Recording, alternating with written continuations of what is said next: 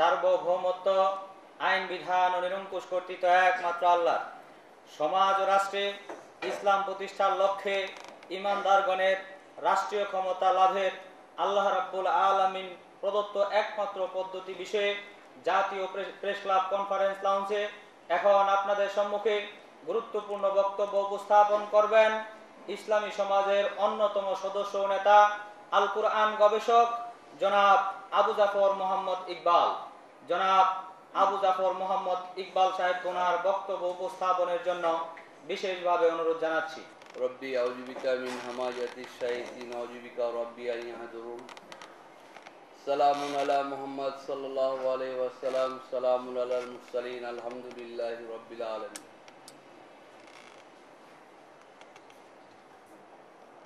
অধ্যকার এই গুরুত্বপূর্ণ আলোচনা সভার সম্মানিত সভাপতি,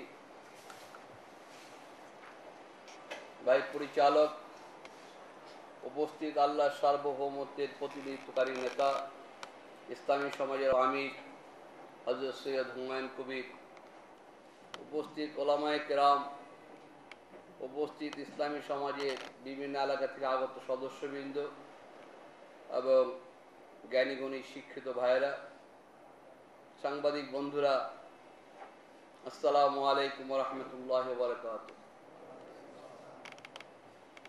অধ্যকারী আলোচনা সভার মূল বিষয়বস্তু হল ঈমানদারদের রাষ্ট্রীয় ক্ষমতা লাভের আল্লাহ প্রদত্ত একমাত্র পদ্ধতি। তাহলে ঈমানদারদের রাষ্ট্রীয় ক্ষমতা, তাহলে প্রথমেই জানতে হয় ঈমানদারকে। আমরা কথায় কথায় বলি সবাই ঈমানদার, ঈমানদারকে এটা চিহ্নিত হওয়া দরকার। তারপরে তাদের হাতে আল্লাহ রাষ্ট্রীয় ক্ষমতা দান করবেন কি পদ্ধতি, সেটা আলোচনা হওয়া দরকার। ঈমানদার বলতে আমরা যেটা বুঝি যে আসমান জমিন সহ এই বিশ্বজগতের সকল কিছুর যিনি সৃষ্টিকর্তা আল্লাহ, সে আল্লাহর প্রতি ঈমান। আল্লাহর প্রতি ঈমানটা কি? আল্লাহ আছেন, আল্লাহ সৃষ্টিকর্তা, আল্লাহ রিজিকদাতা, আল্লাহ জীবন মৃত্যুর মালিক। এই কথাগুলো মনে করলেই বা এই কথাগুলো বিশ্বাস করলেই কি একজন লোক ঈমানদার হয় কিনা তা আমরা দেখতে পারবো। আবু জেহেল, আবু লাহাব, ফিরআউন, নমরুদ, এমনকি শয়তান, যাকে আমরা ইবলিস হিসাবে জানি, তারা সবাই আল্লাহকে সৃষ্টিকর্তা জানতেন, আল্লাহ আছেন বিশ্বাস করতেন, আল্লাহ রিজিকদাতা সেটাও বিশ্বাস করতেন, আল্লাহ ক্ষমতার মালিক সেটাও বিশ্বাস করতেন। যেমন ইবলিস বিশ্বাস করত আল্লাহ তাকে আগুন দিয়ে সৃষ্টি করছে আর আদমকে মাটি দিয়ে, এবং বিশ্বাস করত যে আল্লাহ ক্ষমতার মালিক, যার কারণে ইবলিসকে যখন বিতাড়িত করা হলো আল্লাহর অবাধ্যতার কারণে, তখন আল্লাহর কাছে সে ক্ষমতা চেয়েছিল যে আমাকে তুমি ক্ষমতা দাও, আমি যেন এই ক্ষমতার মাধ্যমে আদম সন্তানদেরকে বা আদমকে বিভ্রান্ত করতে পারে। তাহলে ক্ষমতার মালিকও আল্লাহকে বিশ্বাস করত।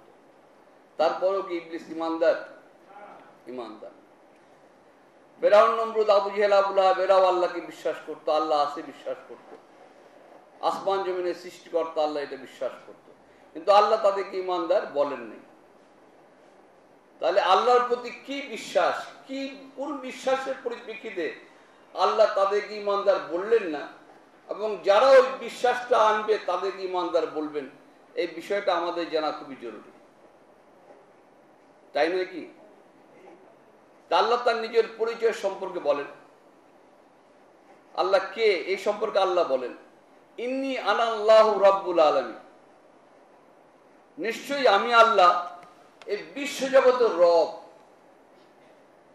আল্লাহ তার নিজের পরিচয়টা দিলেন, নিশ্চয়ই আমি আল্লাহ এই বিশ্বজগতের রব। বিশ্বজগৎটা আবার কতটুকু? রাব্বুস সামাওয়াতি ওয়াল আরদি ওয়া মা বাইনাহুমা, আসমান সমূহ এবং জমিন আর এর মধ্যস্থিত যা কিছু আছে, এই সব কিছু নিয়ে এই যে সাম্রাজ্য, এই সাম্রাজ্যের রব হলেন আল্লাহ। অর্থাৎ আমাদের মাতৃভাষায় আসমান জমিন এবং এর মধ্যস্থিত যা কিছু আছে, এই সকল কিছুর জন্য আল্লাহই হলেন সার্বভৌম ক্ষমতার একমাত্র মালিক, উনি হলেন আইনদাতা, বিধানদাতা ও নিরঙ্কুশ কর্তা। এই কথাটা যে যারা স্বীকার করলো বা যে স্বীকার করলো এবং মেনে নিল, স্বীকার করা এবং মেনে নেওয়ার মধ্যে একটা তফাৎ আছে। সেই তফাৎটা বললে আপনি বুঝবেন। যেমন আমরা সবাই জানি বারাক ওবামা আমেরিকার প্রেসিডেন্ট। বারাক ওবামা আমেরিকার প্রেসিডেন্ট, এটা আমি স্বীকার করি, আপনিও স্বীকার করেন, পৃথিবীর সবাই স্বীকার করে। কিন্তু বারাক ওবামা আমার প্রেসিডেন্ট নয়।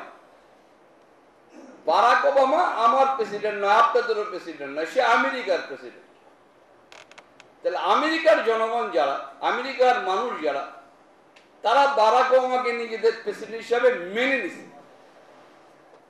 তাহলে আমি, আপনি সহ আমেরিকার সকল মানুষ এবং বর্তমান বিশ্বের সবাই আমেরিকার প্রেসিডেন্ট হিসাবে বারাক ওবামাকে স্বীকার করে। কিন্তু বারাক ওবামাকে প্রেসিডেন্ট হিসাবে মেনে নিছে আমেরিকাবাসী। তাহলে আল্লাহ রব, উনি সার্বভৌম ক্ষমতার একমাত্র মালিক, উনি আইনদাতা, বিধানদাতা, নিরঙ্কুশ কর্তা। এই কথা বিশ্বের সবাই স্বীকার করে নিছে। কারণ আসমান জমিনের সৃষ্টিকর্তা আল্লাহ ছাড়া আর কেউ না, এই জীবন মৃত্যুর মালিক আল্লাহ ছাড়া কেউ না, রিজিকদাতা আল্লাহ, এটা আল্লাহ ছাড়া কেউ না। অর্থাৎ আল্লাহকে রব হিসাবে, সার্বভৌম ক্ষমতার মালিক, আইনদাতা, বিধানদাতা হিসাবে সবাই স্বীকার করে। কিন্তু মেনে নিল কারা? যারা আল্লাহকে রব স্বীকার করলো এবং মেনে নিল নিজেদের জন্য, যে আল্লাহ আমার জন্য একমাত্র রব, উনি আমার জন্য সার্বভৌম ক্ষমতার মালিক, আইনদাতা, বিধানদাতা, নিরঙ্কুশ কর্তা। এটা যে মেনে নিল, আল্লাহ হলেন তার রব, আল্লাহকে সে রব হিসাবে মেনে নিল। আল্লাহ সকলের রব, কিন্তু মেনে নিল, যে এটা স্বীকার করে ঘোষণা করলো যে হ্যাঁ, আল্লাহ আমার জন্য সার্বভৌম ক্ষমতার একমাত্র মালিক, আইনদাতা, বিধানদাতা ও নিরঙ্কুশ কর্তা, অন্য কেউ না। সমগ্র বিশ্ব জগতে জীবনের সকল দিক এবং বিভাগে আল্লাহকেই সার্বভৌম ক্ষমতার মালিক, আইনদাতা, বিধানদাতা ও নিরঙ্কুশ কর্তা যারা মেনে নিল, তারা হলো আল্লাহর প্রতি ঈমানদার। কথাটা পরিষ্কার হয়েছে কি? তাহলে আল্লাহর প্রতি ঈমানদার হলো তারা যারা আল্লাহকে জীবনের সকল ক্ষেত্রে, জীবনের সকল দিক এবং বিভাগে সার্বভৌম ক্ষমতার একমাত্র মালিক, আইনদাতা, বিধানদাতা ও নিরঙ্কুশ কর্তা স্বীকার করে এবং মেনে নেয়। আবার স্বীকার করে মেনে নেয় না যারা, তারা কিন্তু ঈমানদার নয়। আবার আল্লাহকে সার্বভৌম ক্ষমতার মালিক, আইনদাতা, বিধানদাতা স্বীকার করলো, পাশাপাশি অন্য কাউকেও যদি কোনো দিকে, কোনো অংশে, জীবনের কোনো একটা বিষয়ে, কোন একটা দিক বা বিভাগে যদি মানুষকে সার্বভৌম ক্ষমতার মালিক মেনে নেয়, তাহলে সে আল্লাহকেও রব মানলো, মানুষকেও রব মানলো। তাহলে সে আল্লাহকে একমাত্র রব মানলো না, আল্লাহকে রব মানলো, মানুষকে রব মানার মাধ্যমে সে ঈমানদার না হয়ে মুশরিক হয়ে গেল। কারণ আল্লাহর সাথে অংশীদার করলো। আল্লাহ এককভাবে সার্বভৌম ক্ষমতার মালিক না, যে অংশে সে মানুষকে সার্বভৌম ক্ষমতার মালিক মানছে, যেই জায়গায় মানুষকে সার্বভৌম ক্ষমতার মালিক মানছে, আইনদাতা, বিধানদাতা মানছে, এই ক্ষেত্রে সে মানুষকে রব মানলো, ওখানে আল্লাহকে রব মানে না। তাহলে আল্লাহকেও রব মানলো, মানুষকেও রব মানার পরিপ্রেক্ষিতে সে আর ঈমানদার হলো না, সে হয়ে গেল শিরককারী, মুশরিক। সম্মানিত উপস্থিতি, তাহলে আল্লাহকে একমাত্র রব, জীবনের সকল দিক এবং বিভাগে সার্বভৌম ক্ষমতার একমাত্র মালিক, আইনদাতা, বিধানদাতা ও নিরঙ্কুশ কর্তা যারা স্বীকার করে এবং মেনে নেয়, তারা হলো ঈমানদার। ঈমানদারদের কাজটা কি? ঈমানদারের কাজ হলো রবের নির্দেশ মেনে চলা। যারা আল্লাহকে একমাত্র রব মানলো, সার্বভৌম ক্ষমতার মালিক, আইনদাতা, বিধানদাতা ও নিরঙ্কুশ কর্তা মেনে নিল, তাদের দায়িত্বই হলো, তাদের কর্তব্যই হলো সে রবের নির্দেশ অনুযায়ী জীবন যাপন করা। এক্ষেত্রে আল্লাহ রাব্বুল আলামিন গোটা মানব জাতিকেই সেই রুহুর জগতে একবার ওয়াদা নিয়েছিলেন, জন্মগতভাবে, সৃষ্টিগতভাবে প্রত্যেকটা মানুষ আল্লাহকে রব স্বীকার করেই এই দুনিয়াতে আগমন করছে। কিন্তু দুনিয়াতে আসার পরে তারা তাদের পরিবার পরিজন অথবা পরিবেশ পরিস্থিতির কারণে তারা আল্লাহকে একমাত্র রব সেটা ভুলে গেছে, অথবা আল্লাহকে একমাত্র রব বাদ দিয়ে আল্লাহকেও রব মানে, মানুষকেও রব মানে। এরকম ভাবে মানব জাতি শিরকে ঢুকে গেছে। সেই মানব জাতিকে আল্লাহকেই একমাত্র রব স্বীকার করার জন্য যুগে যুগে আল্লাহ রাব্বুল আলামিন নবী এবং রাসূল মনোনীত করে পৃথিবীতে প্রেরণ করেছেন। সেই নবী রাসূলদের মাধ্যমে আল্লাহ ওহী প্রেরণ করার মাধ্যমে জানিয়ে দিলেন, ইয়া আইয়ুহান নাসু বুদু রাব্বাকুমুল্লাযী খালাকাকুম আল্লাযীনা মিন ক্বাবলিকুম লাআল্লাকুম তাত্তাকুন। হে মানুষ সকল, তোমরা তোমাদের সৃষ্টিকর্তা রবের আইন বিধান মেনে তার দাসত্ব করো, যিনি তোমাদের এবং তোমাদের পূর্ববর্তীদের সৃষ্টি করেছেন। আশা করা যায় তোমরা ক্ষতি থেকে বেঁচে থাকতে পারবে। তাহলে সকল মানুষের প্রতি আল্লাহর একটা নির্দেশ ছিল, যেটা আজও বর্তমান, যে মানুষ সবাই তাদের সৃষ্টিকর্তা রবের আইন বিধান মেনে তার দাসত্ব করবে। মানুষ যখন আল্লাহর আইন বিধানে আনুগত্য করে তখন দাসত্ব আল্লাহর হয়। আল্লাহ মানুষকে তার দাসত্ব করার জন্য একটা ব্যবস্থা দিয়েছিলেন, তার নাম হলো ইসলাম। আজকে পৃথিবীর কোন একটা রাষ্ট্রে আল্লাহর দেওয়া ব্যবস্থা ইসলামটা প্রতিষ্ঠিত নয়। আল্লাহর দেওয়া ব্যবস্থা ইসলাম প্রতিষ্ঠিত না থাকার কারণে আল্লাহর সার্বভৌমত্বের প্রতিনিধিত্বকারী নেতার নেতৃত্বে সরকার গঠিত হয় নাই। আল্লাহর আইন বিধান দ্বারা রাষ্ট্র পরিচালিত হচ্ছে না। বিধায় আল্লাহর দাসত্ব মানুষ আর করতে পারছে না। এই মানুষ মানব রচিত ব্যবস্থার মাধ্যমে তাদের সমাজ রাষ্ট্র পরিচালনা করে মানুষের মন গড়া আইনে আনুগত্য করে দাসত্ব মানুষের করছে। এমন অবস্থায় সৃষ্টিকর্তা, রিজিকদাতা, জীবন মৃত্যুর মালিক হিসেবে আল্লাহকে তারা রব মানল।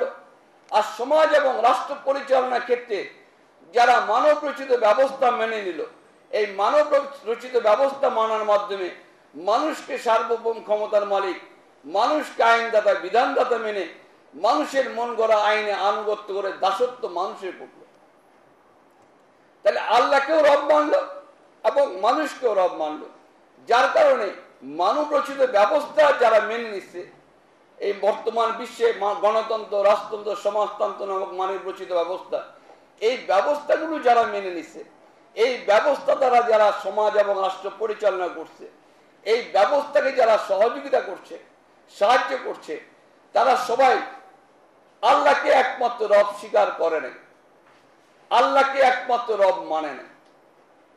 আল্লাহকেও রব মানছে, মানুষকেও সমাজ এবং রাষ্ট্র পরিচালনার ক্ষেত্রে রবের স্থান দিয়ে সৃষ্টিকর্তা আল্লাহর সাথে শিরকে নিমজ্জিত হয়ে আছে। বিধায় এরা কিন্তু আর ইমানদার হলো না আল্লাহর কাছে। কথাটা পরিষ্কার হলো কিনা? এখন ইমানদার হতে হলে তাহলে সমাজ এবং রাষ্ট্র পরিচালনা সহ জীবনের সকল ক্ষেত্রেই সার্বভৌম ক্ষমতার মালিক, আইনদাতা, বিধানদাতা এবং নিরঙ্কুশ কর্তা একমাত্র সৃষ্টিকর্তা আল্লাহকেই মানতে হবে এবং আল্লাহর দেওয়া ব্যবস্থা এবং তার আইন বিধানে আনুগত্য করতে হবে।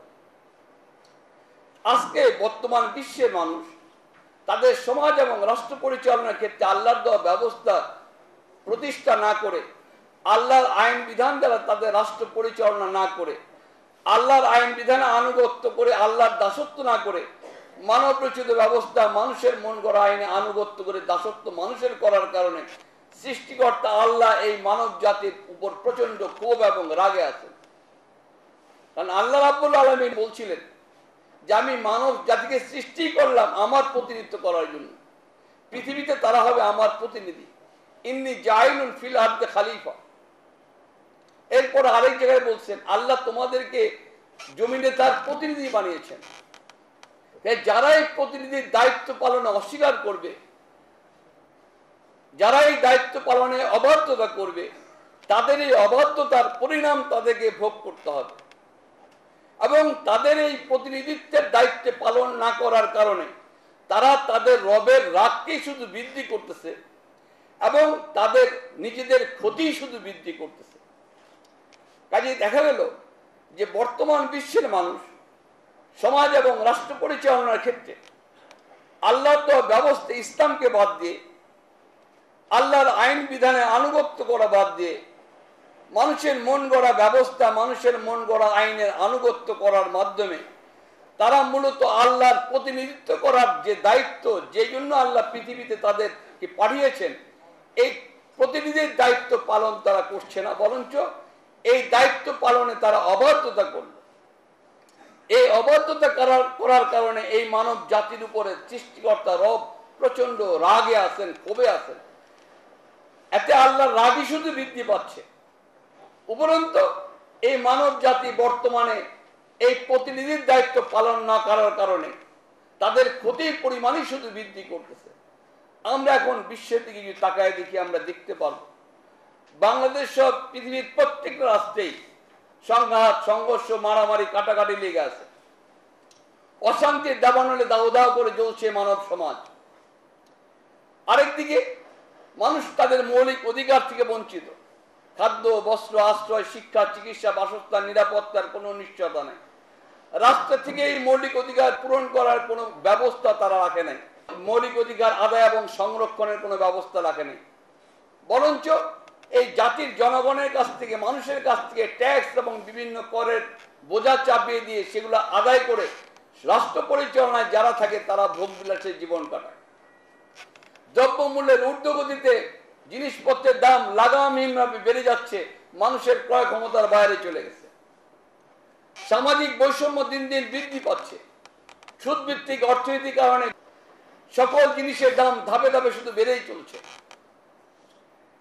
এই বিভিন্ন দিকে বিচার বিশ্লেষণ করলে দেখা যাচ্ছে বর্তমান বিশ্বের মানুষ দুর্ভোগ এবং অশান্তিতে নিমজ্জিত। তার সাথে আছে প্রাকৃতিক দুর্যোগ এবং দুর্ভোগ। এগুলো সবই আল্লাহর আযাব গজবের একটা অংশ। কারণ যখন মানুষ আল্লাহর দাসত্ব করবে, আল্লাহর আইনে আনুগত্য করবে, তখন আল্লাহর রহমত বরকত তাদের উপর বর্ষিত হবে। আল্লাহর অন্যান্য সৃষ্টিগুলো এই মানব জাতিকে সহযোগিতা করবে। দুনিয়ার জীবন তাদের জন্য সুখ, শান্তি এবং সমৃদ্ধিশালী হবে, আর আখিরাতে তাদের জন্য জাহান্নাম থেকে মুক্তি মিলবে। কিন্তু মানব জাতি যেহেতু আজকে আল্লাহর দাসত্ব, তার আইনে আনুগত্য করা বাদ দিয়ে আল্লাহর সৃষ্টি, আল্লাহর রিজিক ভোগ করে জীবন যাপন করে, সে আল্লাহরই দয়ার দান, তাদের কর্মশক্তি, তাদের মেধা বুদ্ধি, তাদের বাক শক্তি এগুলা ব্যবহার করে বিভিন্ন পেশায় নিজেদের উন্নতি সাধন করে। সেই মানুষ আল্লাহরই দাসত্ব করা উচিত, তারই আইনে আনুগত্য করা উচিত। এই উচিত কাজটা করা বাদ দিয়ে চরম অকৃতজ্ঞতা এবং চরম অবাধ্যতার মাধ্যমে নিজেরাই নিজেদেরকে সমাজ এবং রাষ্ট্র পরিচালনায় ব্যবস্থাদাতা, আইনদাতা, বিধানদাতা মেনে মানুষের মন গড়া আইনে আনুগত্য করে মানুষের দাসত্ব করে চলছে। এই কারণে সৃষ্টিকর্তার আযাব গজবে আজকে গোটা মানব জাতি আক্রান্ত এবং শিকার হয়ে আছে। দুনিয়ার জীবনে দুর্ভোগ, অশান্তি, আর এই অবস্থায় মৃত্যুবরণ করার পরিণামও আখিরাতে নিশ্চিত জাহান্নাম। কারণ আল্লাহ পাক বলে দিলেন, স্পষ্টভাবেই বলে দিলেন, নিশ্চয়ই যারা আল্লাহর সাথে শিরক করবে, আল্লাহর সাথে অংশীদার করবে, তাদের জন্য আল্লাহ জান্নাতকে হারাম করে দিবেন, তাদের স্থান হবে জাহান্নামে রাখবে। তাহলে মৃত্যু পরবর্তী জীবনে, দুনিয়ার পরবর্তী যে আরেকটা জীবন, আখিরাতের জীবন, যেখানে জান্নাত এবং জাহান্নাম দুটার যে কোনো একটা জায়গায় আমার আপনাকে অবস্থান করতে হবে। এই বর্তমানে সমাজ এবং রাষ্ট্রে আল্লাহর দেওয়া ব্যবস্থা বাদ দিয়ে, আল্লাহকে সার্বভৌম ক্ষমতা মালিক, আইনদাতা, বিধানদাতা বাদ দিয়ে মানুষকে সার্বভৌম ক্ষমতার মালিক, মানুষকে আইনদাতা, বিধানদাতা মেনে মানুষের মন গড়া আইনে আনুগত্য করার মাধ্যমে সৃষ্টিকর্তা আল্লাহর সাথে বর্তমান বিশ্বের মানব জাতি শিরকে নিমজ্জিত। এই শিরকের পরিণতি আখিরাতে নিশ্চিত জাহান্নাম। কাজে এই জাহান্নাম থেকে বাঁচতে হলে, আর দুনিয়ার জীবনে শান্তিতে থাকতে হলে, দুর্ভোগ অশান্তি মুক্তি পেতে হলে, আল্লাহর আযাব গজব থেকে বাঁচতে হলে ঈমানদারদের রাষ্ট্রীয় ক্ষমতায় আসা একান্ত জরুরি। আল্লাহর দেওয়া ব্যবস্থা, ইসলাম সমাজ রাষ্ট্রে প্রতিষ্ঠা করা অতিবই জরুরি। এটা অত্যন্ত গুরুত্বপূর্ণ একটা কাজ। যেই কাজটা করার বিনিময়ে আল্লাহ রাব্বুল আলামিন স্পষ্টভাবে আমাদেরকে জানিয়ে দিয়েছেন, এটা হলো মানব জাতির জন্য কল্যাণকর, এটা হলো সর্বোত্তম কাজ। এই সর্বোত্তম কাজটা আমাদের করা দরকার। এই কাজ করলে দুনিয়ার জীবনে সকল মানুষের মৌলিক অধিকার আদায় এবং সংরক্ষণ হবে, দুর্নীতি সন্ত্রাস মুক্ত সমাজ গঠিত হবে, শোষণ মুক্ত অর্থনীতি প্রতিষ্ঠা হবে, সুশাসন, ন্যায় বিচার প্রতিষ্ঠা হবে। তাহলে সমাজে যদি মানুষের অধিকার আদায় এবং সংরক্ষণের ব্যবস্থা হয়, খাদ্য, বস্ত্র, আশ্রয়, শিক্ষা, চিকিৎসা, বাসস্থান, নিরাপত্তা যদি নিশ্চিত করা হয়, তাহলে মানুষ কি এই সমস্ত অভাবে চুরি ডাকাতি, ছিনতাই, রাহাজানি করবে? আজকে যারা চুরি ডাকাতি, ছিনতাই, রাহাজানি করে, তারা তাদের মৌলিক চাহিদা পূরণ করতে পারে না। কারো খাদ্য নাই, কারো আশ্রয় নাই, কারো চিকিৎসার জন্য অর্থ দরকার, সে অর্থ জোগান নাই। আল্লাহর দেওয়া ব্যবস্থা সমাজে যখন প্রতিষ্ঠা হবে, তখন সকল মানুষের জাতি ধর্ম নির্বিশেষে সকল মানুষের যে মৌলিক অধিকার, খাদ্য, বস্ত্র, আশ্রয়, শিক্ষা, চিকিৎসা, নিরাপত্তা, এই সবগুলা রাষ্ট্র থেকে আদায়ের ব্যবস্থা করা হবে, রাষ্ট্র থেকে সংরক্ষণের ব্যবস্থা করা হবে। বিধায় সন্ত্রাস দুর্নীতিমুক্ত সমাজ গঠিত হবে, শোষণ মুক্ত অর্থনীতি প্রতিষ্ঠা হবে, সুশাসন ন্যায় বিচার প্রতিষ্ঠা হবে। দুনিয়ার জীবনে সকলের জন্য শান্তি এবং কল্যাণ নিশ্চিত হবে। আর যারা আল্লাহকেই সার্বভৌম ক্ষমতার মালিক, আল্লাহকে আইনদাতা, বিধানদাতা, নিরঙ্কুশ কর্তা স্বীকার করে মেনে নিল, তারা পরকালে জাহান্নাম থেকে মুক্তি হয়ে জান্নাতে তারা স্থান পাবে, যেটা চির সুখের স্থান। সম্মানিত উপস্থিতি, ইমানদারদের রাষ্ট্রীয় ক্ষমতা লাভের একমাত্র পদ্ধতি আল্লাহ বলে দিয়েছে। এখন আমরা যারা বাংলাদেশের প্রেক্ষাপটে আলোচনা করি, আমরা দেখি ইসলামের নামে অনেক দল সমাজ রাষ্ট্র ইসলাম প্রতিষ্ঠা করতে চায়। ওরা জানে সমাজ ইসলাম প্রতিষ্ঠিত নাই, আছে মানব রচিত ব্যবস্থা, গণতন্ত্র। এই গণতন্ত্রটা আল্লাহর দেওয়া ব্যবস্থা না, গণতন্ত্র মানব রচিত ব্যবস্থা। গণতন্ত্রে মানুষের মন করা আইন, এটা আনুগত্য বলে মানুষের দাসত্ব করা হয়, আল্লাহর না। এটা তারা বোঝার কারণে তারা সমাজে ইসলাম প্রতিষ্ঠা করতে চায়। কিন্তু ইসলাম প্রতিষ্ঠার জন্য তারা গণতন্ত্রের অধীনে নির্বাচনে অংশগ্রহণ করে। তাহলে গণতন্ত্রের অধীনে নির্বাচনে অংশগ্রহণ করার মাধ্যমে তারা কি কাজটা করলো? তারা মূলত গণতন্ত্রের মাধ্যমে সার্বভৌমত্ব আইন বিধান কর্তৃত্ব মানুষের মেনে নিল। সার্বভৌমত্ব আইন বিধান কর্তৃত্ব যেখানে একমাত্র আল্লাহর মানতে হবে, আর আল্লাহর মানলে আল্লাহকে একমাত্র রব মানা হবে, অন্য কাউকে মানলে পরে সেটা সৃষ্টিকর্তা আল্লাহর সাথে শিরক হয়। আর গণতন্ত্র যেহেতু শিরক এবং কুফরি ব্যবস্থা, এটা তারা বুঝে, বিধায় তারা ইসলাম প্রতিষ্ঠা করতে চায়। তারপরও গণতন্ত্র অধীনে তারা নির্বাচনে অংশগ্রহণ করে। যে গণতন্ত্র অধীনে নির্বাচনে অংশগ্রহণ করার মাধ্যমে তারা কি সার্বভৌমত্ব আইন বিধান কর্তৃত্ব মানুষের মেনে নিল না? যে গণতন্ত্র মেনে নেওয়ার মাধ্যমে সার্বভৌমত্ব আইন বিধান কর্তৃত্ব মেনে নিলে সৃষ্টিকর্তা আল্লাহর সার্বভৌমত্ব আইন বিধান কর্তৃত্বের সাথে শিরক হলো না? শিরক করে কি ইসলাম প্রতিষ্ঠা করা যায়? শিরক করলে তো ঈমানই থাকে না। কারণ আল্লাহ কি সার্বভৌম ক্ষমতার একমাত্র মালিক, আইনদাতা, বিধানদাতা, মানলে হলো ঈমানদার। আর আল্লাহকে সর্বভৌম ক্ষমতার মালিক, সৃষ্টিকর্তা, রিজিকদাতা, জীবন মৃত্যুর মালিক হিসেবে মানি। আবার সমাজ রাষ্ট্র পরিচালনায় মানুষকে সার্বভৌম ক্ষমতার মালিক, আইনদাতা, বিধানদাতা স্বীকার করে নির্বাচনে যেতে হয়, তা না হলে নির্বাচনে যাওয়া যায় না। এখন যদি কেউ বলে যে আমরা আমাদের কাগজে কলমে সার্বভৌমত্ব একমাত্র আল্লাহর মানি, আল্লাহ স্বীকার করি, মানুষেরটা মানি না, কিন্তু কর্মের মাধ্যমে প্রমাণটা কি করলো?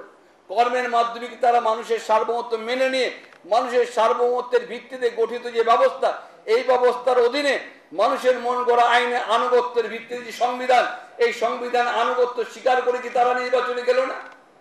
তাহলে এটা মানলে তো শিরক হয়। এই শিরকের পরিণতি আল্লাহ বলে দিলেন, কি বললেন? যদি তুমি শিরক করো তোমার সকল আমল বিনষ্ট হবে এবং তুমি ক্ষতিগ্রস্তের অন্তর্ভুক্ত হবা, এবং চূড়ান্ত ক্ষতি সম্পর্কে বলে দিলেন নিশ্চয়ই যারা আল্লাহর সাথে শিরক করবে আল্লাহ তাদের জন্য জান্নাতকে হারাম করে দিবেন, তাদের স্থান হবে জাহান্নামের আগুন। তাহলে যারা গণতন্ত্র ব্যবস্থাকে প্রতিষ্ঠা করে রাখছে, যারা গণতন্ত্র ব্যবস্থার অধীনে নির্বাচন করে, যারা গণতন্ত্র ব্যবস্থার অধীনে নির্বাচন করে ইসলাম প্রতিষ্ঠা করতে চায়, তারা সবাই তো একই দলভুক্ত হয়ে গেল। তাই এরা সবাই ভুলের মাঝে আছে, এরা সবাই মহাক্ষতির মাঝে আছে। ইসলামী সমাজের আমির হযরত সৈয়দ হুমায়ুন কবির সাহেব এই জাতির সকল মানুষকে এই মহাক্ষতির দিকে রক্ষা করার জন্য, এই মহাক্ষতিতে বের হওয়ার জন্য, এই শিরক থেকে মুক্ত হওয়ার জন্য আহ্বান জানাচ্ছেন। তো ওনার আহ্বানে সাড়া দিয়ে আমরা যদি আল্লাহকেই সার্বভৌমত্ব আইন বিধান নিরঙ্কুশ করতে একমাত্র মালিক স্বীকার করে নেই এবং মানুষের সার্বভৌমত্ব আইন বিধান কর্তৃত্ব অস্বীকার অমান্য করি, তাহলে আমরা হব ঈমানদার। এই ঈমানদারদের কাজ হল আমলে সালেহ করা, অর্থাৎ আল্লাহর নির্দেশ প্রতিপালনের জন্য চেষ্টা করা। আল্লাহ ওয়াদা করলেন, ওয়াদাল্লাহুল্লাযীনা আমানু মিনকুম ওয়া আমিলুস সালিহাত লা ইস্তাকলিফান্নাহুম ফিল আরদ কামা ইস্তাকলাফাল্লাযীনা মিন ক্বাবলিহিম। এই যারা মানুষের সার্বভৌমত্ব আইন বিধান কর্তৃত্ব অস্বীকার অমান্য করে আল্লাহকেই সার্বভৌম ক্ষমতার একমাত্র মালিক, আইনদাতা, বিধানদাতা, নিরঙ্কুশ কর্তা স্বীকার করলো, মেনে নিল এবং আল্লাহর সার্বভৌমত্বের প্রতিনিধিকারী নেতার নেতৃত্ব ঐক্যবদ্ধ হলো, এরা হলো ঈমানদার। এই ঈমানদারদের হাতে রাষ্ট্রীয় ক্ষমতা তখনই আসবে যখন এরা আমলে সালেহ করবে, এবং এটা আল্লাহর ওয়াদা।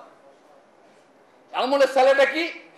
এই ঈমানদাররা জাতির অন্যান্য মানুষকে এই শিরককে মুক্ত করার জন্য আল্লাহর অবাধ্য জীবন যাপন থেকে বের হয়ে আল্লাহকেই সার্বভৌম ক্ষমতার একমাত্র মালিক, আইনদাতা, বিধানদাতা মেনে আল্লাহকে একমাত্র রব স্বীকার করার জন্য দাওয়াত দেওয়া, এই লক্ষ্যে নিজের অর্থ এবং সময় ব্যয় করার মাধ্যমে চূড়ান্ত চেষ্টা করা এবং নিয়মিতভাবে আল্লাহর কাছে সাহায্য চাওয়ার জন্য সালাতের মাধ্যমে আল্লাহর কাছে প্রার্থনা করা এবং সকল প্রকার বিরোধিতা, সকল প্রকার ষড়যন্ত্রের মোকাবেলা করার দায়িত্ব আল্লাহর উপরে ছেড়ে দিয়ে ধৈর্য এবং ক্ষমান্বিত অবলম্বন করা। এই 4-5টা গুণ এবং বৈশিষ্ট্যের ভিত্তিতে যে কাজ, এই কাজটার নাম হলো আমলে সালে। এই আমলে সালে যদি করতে থাকে ইমানদাররা, তাহলে আল্লাহ ওয়াদা করছেন এই ইমানদারদের হাতে উনি রাষ্ট্র শাসন ক্ষমতা দান করবেন। তো ইমানদারদের হাতে যখন আল্লাহ রাষ্ট্র শাসন ক্ষমতা দান করবেন, তখন ইমানদাররা আল্লাহর সার্বভৌমত্বের প্রতিযোগিতায় নেতার নেতৃত্বে সরকার গঠন হবে। আল্লাহর আইন বিধান দ্বারা সমাজ রাষ্ট্র পরিচালিত হবে। আল্লাহর আইন বিধান দ্বারা যখন সমাজ রাষ্ট্র পরিচালিত হবে, তখন সৃষ্টিকর্তা রবের আইন দ্বারা সমাজ পরিচালিত হচ্ছে। সৃষ্টিকর্তার দৃষ্টিতে সকল মানুষ সমান, সকলের জন্য একই রকম আইন। সেই আইন বিধান দ্বারা যখন সমাজ পরিচালিত হবে, সমাজের সকল মানুষের মাঝে বৈষম্য দূর হয়ে যাবে। সমাজের মানুষ হয়ে পরস্পর ভাই ভাই, হিংসা বিদ্বেষ মারামারি থাকবে না। সকল মানুষের মৌলিক অধিকার আদায় এবং সংরক্ষণের ব্যবস্থা হবে। দুর্নীতি সন্ত্রাস মুক্ত সমাজ গঠিত হবে। শোষণ মুক্ত অর্থনীতি প্রতিষ্ঠা হবে। সুশাসন ন্যায় বিচার প্রতিষ্ঠা হবে। কাজে গণতন্ত্র অধীনে নির্বাচনে অংশগ্রহণ করা, এই কাজটা যারা করে তারা মূলত আসলে বুঝে না বুঝে যেভাবেই হোক তারা শিরকে নিমজ্জিত। কাজে সেই সমস্ত ভাইদেরকে আন্তরিকভাবে আহ্বান করব, আপনারা রাসূলের প্রদর্শিত পদ্ধতিতে মানুষের সার্বভৌমত্ব আইনদান কর্তৃত্ব অস্বীকার অমান্য করেন। জীবনের সকল ক্ষেত্রে আল্লাহকেই সার্বভৌম ক্ষমতার একমাত্র মালিক, আইনদাতা, বিধানদাতা ও নিরঙ্কুশকর্তা স্বীকার করে নেন এবং জাতির মানুষদেরকে এই মানুষের সার্বভৌমত্ব আইনদান কর্তৃত্ব অস্বীকার অমান্য করে আল্লাহ সার্বভৌমত্ব আইনদান কর্তৃত্ব স্বীকার করার আহ্বান জানান। এই লক্ষ্যে নিজের অর্থ এবং সময় ব্যয়ের মাধ্যমে চূড়ান্ত চেষ্টা করেন। সালাতের মাধ্যমে আল্লাহর কাছে সাহায্য প্রার্থনা করেন। সকল প্রকার বিরোধিতার মোকাবেলায় ধৈর্য ধারণ করেন, ক্ষমা করেন। আর বিরোধিতার মোকাবেলা করার দায়িত্ব আল্লাহর উপরে ছেড়ে দিয়ে আল্লাহর সার্বভৌমত্বের প্রতিনিধিত্বকারী নেতার নেতৃত্বে ঐক্যবদ্ধ থাকেন। ইনশাআল্লাহ আল্লাহ রাষ্ট্রীয় ক্ষমতা দান করবেন। আর আল্লাহ যখন রাষ্ট্রীয় ক্ষমতা দান করবে, তখন তো ঠেকায় রাখার আর কেউ নাই, আছে? আরেকটা বিষয় না বললেই না, সেটা হলেই আবার কিছু লোক আছে যারা ইসলাম প্রতিষ্ঠার জন্য চেষ্টা করে, কিন্তু তারা গণতন্ত্রকে শিরক এবং কুফরি জানে। কিন্তু তারা ইসলাম প্রতিষ্ঠার জন্য এই শিরক এবং কুফরি ব্যবস্থা যারা প্রতিষ্ঠা করে রাখছে, তারা যেহেতু কাফের এবং মুশরিক, এই ঘোষণা তারা দিয়ে এই কাফের মুশরিক মাইরা ফেলো। সশস্ত্র সংগ্রাম বোমাবাজির মাধ্যমে তারা এই কাফের মুশরিক নিধনের কাজ শুরু করে দিচ্ছে। এদেরকে মেরে আমরা ক্ষমতায় যাব আর আল্লাহর আইন চালু করে দেব, ইসলাম প্রতিষ্ঠা হয়ে যাবে। এটা রাসূলের প্রদর্শিত পদ্ধতি নয়, এটা আল্লাহর নির্দেশিত পদ্ধতি নয়। এই পথে ইসলাম প্রতিষ্ঠা হবে না। ইসলামের নামে সশস্ত্র সংগ্রাম বোমাবাজি ইসলাম প্রতিষ্ঠার পদ্ধতি নয়। ইসলাম প্রতিষ্ঠার নামে গণতন্ত্রের অধীনে নির্বাচন ইসলাম প্রতিষ্ঠার পদ্ধতি নয়। ইসলাম প্রতিষ্ঠার পদ্ধতি মাত্র একটা, সেটা হলো এই যেটা একটু আগে বললাম, সার্বভৌমত্ব আইন বিধান নিরঙ্কুশ করতে একমাত্র আল্লাহর মেনে নিয়ে আল্লাহর সার্বভৌমত্ব আইন বিধান কর্তৃত্ব মানার জন্য জাতির অন্য মানুষকে দাওয়াত দেওয়া এবং এই দাওয়াতি কাজ অব্যাহতভাবে চালানো। এই লক্ষ্যে নিজের অর্থ এবং সময় ব্যয়ের মাধ্যমে চূড়ান্ত চেষ্টা করা। এই চেষ্টার পরিপ্রেক্ষিতে সকল প্রকার বাধার মোকাবেলায় দৃঢ় থাকা এবং সকল প্রকার ষড়যন্ত্র বিরোধিতার মোকাবেলা করার দায়িত্ব আল্লাহর উপরে ছেড়ে দেওয়া, নিজে কোনো ভূমিকা না রাখা। আজকে ইসলামী দলের লোকেরা ইসলাম নাম ব্যবহার করার মাধ্যমে হরতাল, ভাঙচুর, জ্বালাও পোড়াও করছে। এটা ইসলামের সাথে কোনো সম্পর্ক নাই। ইসলাম মানুষের জন্য কল্যাণকর ব্যবস্থা। কোন মানুষের জন্য কোন অকল্যাণ করার কোন এখতিয়ার ইসলাম কোন মানুষকে দেয় নাই। কাজে আজকে ইসলামের নামে আমরা যা দেখছি ইসলাম নয়। কাজে আমরা যদি আল্লাহর সার্বভৌমত্বের প্রতিনিধিকারী নেতার আহ্বানে সাড়া দিয়ে আল্লাহর সার্বভৌমত্ব স্বীকার করে নিজেদের অর্থ সময় ব্যয়ের মাধ্যমে চূড়ান্ত চেষ্টা করি, তাহলে এই চেষ্টার বিনিময়ে যেমন আল্লাহর ক্ষমা এবং জান্নাত আসবে, অনুরূপ ভাবে আল্লাহ ইমানদারদের হাতে রাষ্ট্রীয় শাসন ক্ষমতা দান করবেন ইনশাআল্লাহ। আল্লাহ পাক আমাদেরকে এই সহি বুঝের মাধ্যমে এই সহি কাজটা করার তৌফিক দান করুন। ওমা তৌফিক ইল্লা বিল্লাহিল আলিয়্যিল আযীম ওয়া আখিরুদ দাওয়ানা আলহামদুলিল্লাহি রাব্বিল আলামিন। আসসালামু আলাইকুম ওয়া রাহমাতুল্লাহি ওয়া বারাকাতুহু।